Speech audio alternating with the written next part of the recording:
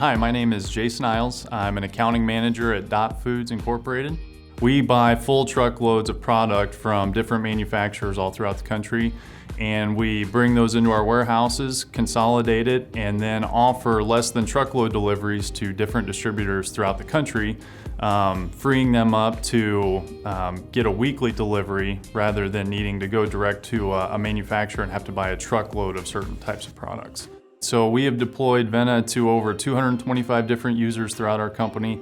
So it touches many different people at all of our different distribution centers. I've been with Dot for 12 years and been responsible for a lot of the same things in the time that I've been there. We've grown, the responsibilities have grown, the number of users has grown, and along with that was our budget pain every single year. And the big reason that we went looking for a new solution at first was because we think we needed help. It turns out, as we learned about different products and eventually landed with Vena, it made sense that it was a better user experience for our people. So when it came to evaluating the return on investing in Vena, it was more of a savings on our user side than it was actually for our accounting department, which is huge. They spend less time chasing down errors, worrying about the accuracy of how the budget's going to get built, and they spend more time creating a better budget earlier in the process.